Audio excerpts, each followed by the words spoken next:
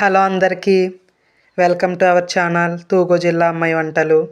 ఈరోజు నేను మంచి కమ్మని దోశలు చూపించబోతున్నాను. పెరుగు అలాగే బియ్యంతో దీన్ని పుల్లట్లు అనొచ్చు, మెత్తని కమ్మని దోశలు అనొచ్చు. చాలా బాగుంటుందన్నమాట. నేను ఇప్పుడు చూపించే పద్ధతిలో మీరు కనుక దోశ చేశారంటే చాలా బాగుంటుంది. ఒకసారి ఈ విధంగా ట్రై చేసి చూడండి, బాగుంటుందన్నమాట. చూడండి, సాఫ్ట్గా అలాగే కమ్మగా చాలా బాగుంటాయి అన్నమాట. ఏ చట్నీతో తిన్నా ఈ దోశలు పర్ఫెక్ట్గా బాగుంటుంది. సో ఈ దోశలకి కావాల్సిన పదార్థాలు, తయారీ విధానాన్ని చూడండి. బియ్యము నేను ఇక్కడ 1 కప్పు బియ్యం తీసుకున్నాను.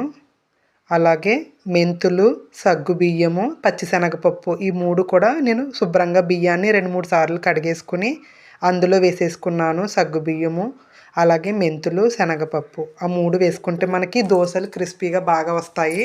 అలాగే అందులో నేను పుల్లటి పెరుగు కూడా వేసుకున్నాను. 1 కప్పు బియ్యానికి 1 కప్పు పెరుగు అలా వేసుకుంటే మెజర్మెంట్ కొలత బాగుంటుందన్నమాట, పర్ఫెక్ట్గా వస్తాయి. ఓవర్ నైట్ మనం వీటిని పెరుగులో బియ్యం నానాలన్నమాట. చూడండి, ఈ విధంగా పెరుగు, బియ్యము అలాగే మనం వేసిన మెంతులు, సగ్గుబియ్యం ఇవన్నీ బాగా నానినాయి కదా. ఇప్పుడు వీటిని మిక్సీ జార్లో వేసుకుని రుబ్బుకోవాలి. దోశ పిండిలాగా రుబ్బుకోవాలన్నమాట.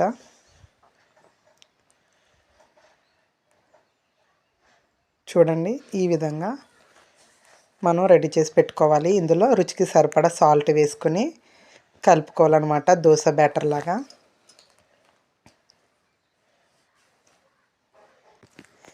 ఇప్పుడు దోశ వేసుకుందాం.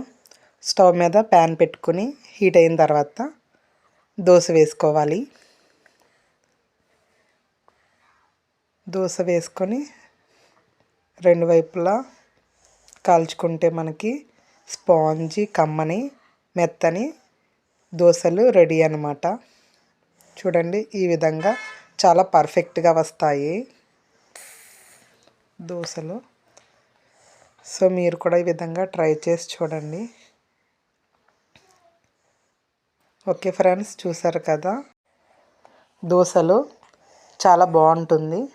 మీరు కూడా ట్రై చేసి చూడండి. ఓకే, ఈ వీడియో మీకు నచ్చితే మన ఛానల్ని లైక్ చేయండి, షేర్ చేయండి. మరిన్ని వీడియోస్ కోసమే సబ్స్క్రైబ్ చేయండి.